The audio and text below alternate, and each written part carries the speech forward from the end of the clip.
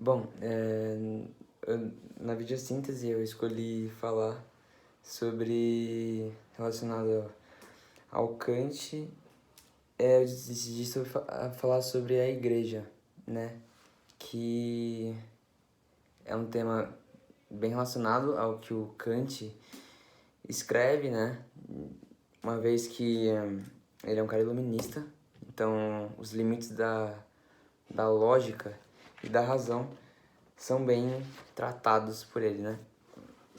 Então, primeiro eu queria falar um pouquinho sobre o iluminismo, que o iluminismo ele defende algumas coisas, eu fiz umas anotações, né, para não me perder. O iluminismo defende algumas coisas, né? Então, que ele defende a razão sobre o antigo regime, então, tipo, a razão sobre os ideais do antigo regime, né? Que o antigo regime, basicamente, a igreja era muito poderosa na época. Então, aí, antes do iluminismo e da burguesia vir, a igreja praticamente mandava. Tinha muito poder. No feudalismo, a igreja era a principal instituição, o que foi uma época meio marcante. Então, só que o Kant, ele diz que a razão tem que ter os seus limites, para não chegar do jeito que estava a igreja. Então, tipo, meio como se fosse uma ditadura do clero. Que eles... Um exemplo que eu gosto muito de usar é o Peaky Blinders, que é uma série que eu amo, é a minha série favorita, que, tipo, mostra muito o poder da igreja, de um padre em específico, numa parte da série. Que ele consegue mandar... Ele tem grande influência no Winston Churchill, que é o presidente, primeiro-ministro da Inglaterra. E ele manda também numa importante família russa. E um outro exemplo muito bom de se usar é O Nome da Rosa, que é um clássico cinematográfico que demonstra muito o poder que a Inquisição tinha sobre o mundo inteiro, praticamente. A Europa, né, que era o mundo inteiro na época, entre aspas. E são exemplos muito bons para demonstrar o poder da igreja. Então o iluminismo ele tem um pouco disso, de limitar a razão até um ponto que não se torna uma ditadura, igual foi o poder do clero na época do feudalismo, pré-burguesia. E outra coisa que eu gostaria de citar é o texto do Jeremir da Silva, que ele fala sobre as instituições liberais, que o nosso amadurecimento surgiria das instituições liberais, que tem as suas consequências ruins, né,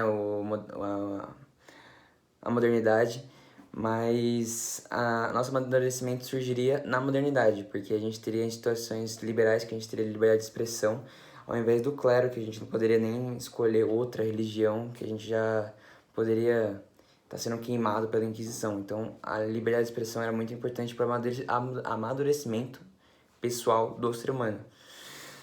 Acho muito interessante isso, né? Porque a liberdade de expressão é exatamente o que a gente precisa para começar o amadurecimento. E um ponto que, por exemplo, o feudalismo, que a gente não tinha liberdade de expressão, a gente tinha que seguir o que a igreja pensava e o que a igreja mandava, a gente não conseguia evoluir de um modo de inteligência, sabe? O nosso raciocínio ficava muito parado. E ele era basicamente comandado pelo que a igreja queria e impunha. Outra coisa que eu gostaria muito de falar é que eu tava pensando aqui, tive umas ideias sobre o dízimo. Que o dízimo é até esse limite, né? Que entra muito no poder que a igreja tinha. Que a igreja, por discursos, por botar ideias na cabeça das pessoas, conseguia tirar dinheiro da mão das pessoas. Então, eu não vou falar de um aspecto religioso, porque pode ser para uma reforma da casa de Deus, realmente, para tipo, as pessoas religiosas acreditam nisso, né? A reforma da casa de Deus e tal, mas também pode ser muito um modo de corrupção da igreja. Então, tipo, entra muito no que o Kant disse, na ética kantiana, né? Do imperativo categórico e hipotético. Então, tipo, você fazer uma ação com a busca do seu prazer, então, tipo, seria o imperativo hipotético. Então, a pessoa recolhe o dízimo, mas, por exemplo, o padre que recolheu o dízimo vai estar gastando em carros, em apartamento, em mulheres. Então, tipo, ele não tá pegando esse dinheiro pra voltar para as pessoas, tipo, como uma ação boa. Ele tá fazendo isso pro prazer próprio. Então, tipo, ele tá indo na igreja, pregando as coisas, guiando a missa das pessoas para no final pegar dinheiro e usar pro próprio prazer. Então, tem que pensar nisso. O dízimo, até onde ele é um imperativo hipotético ou categórico, que seria mesmo ele pegar o dinheiro e realmente investir na igreja, investir no espaço do que as pessoas vão participar das missas e se aproximar com Deus. Então, tipo, até onde ele está usando a religião como meio de agrado próprio para satisfazer os seus prazeres, ou que ele está usando esse dinheiro para voltar para as pessoas como se o dinheiro delas estivesse por uma causa que elas realmente estão querendo, que é, tipo, renovar a igreja e tal. Então, tipo, pra mim o dízimo é muito problemático, porque sempre teve essa questão, né? Até onde realmente era uma coisa boa ou ruim, sendo a boa o imperativo categórico e a ruim o imperativo hipotético. Então era basicamente isso que eu tava pensando, porque eu sempre quis falar sobre a igreja de um ponto de vista iluminista, das razões, e tem muita coisa que pode se desdobrar disso ainda, mas, então, por exemplo, a igreja, ela tinha meio que, como eu falei, a ditadura do clero, né? A gente tinha que seguir mais ou menos o que eles impunham, o que eles acreditavam, e depois disso, quando a burguesia entrou, que o feudalismo acabou, basicamente, a igreja perdeu muito poder e o capitalismo começou a, a nascer, né? Com a burguesia, o capitalismo surgiu, basicamente.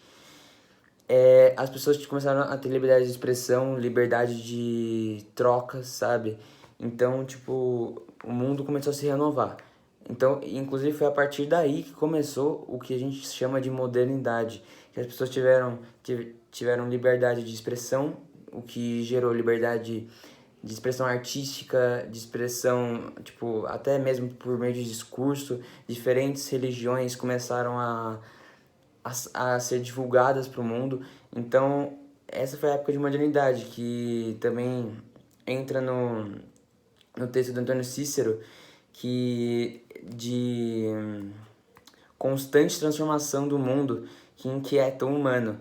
Então, faz a gente ficar ativo, com tanta coisa que está acontecendo. Então, a modernidade meio que guia isso, com milhares de novas obras, novos feitos, devido à liberdade de expressão que a gente ganhou com a entrada da burguesia e a saída a diminuição do poder do clero, que também tem muito a ver com o texto do Juramir da Silva. Então era isso, e muito obrigado pela atenção.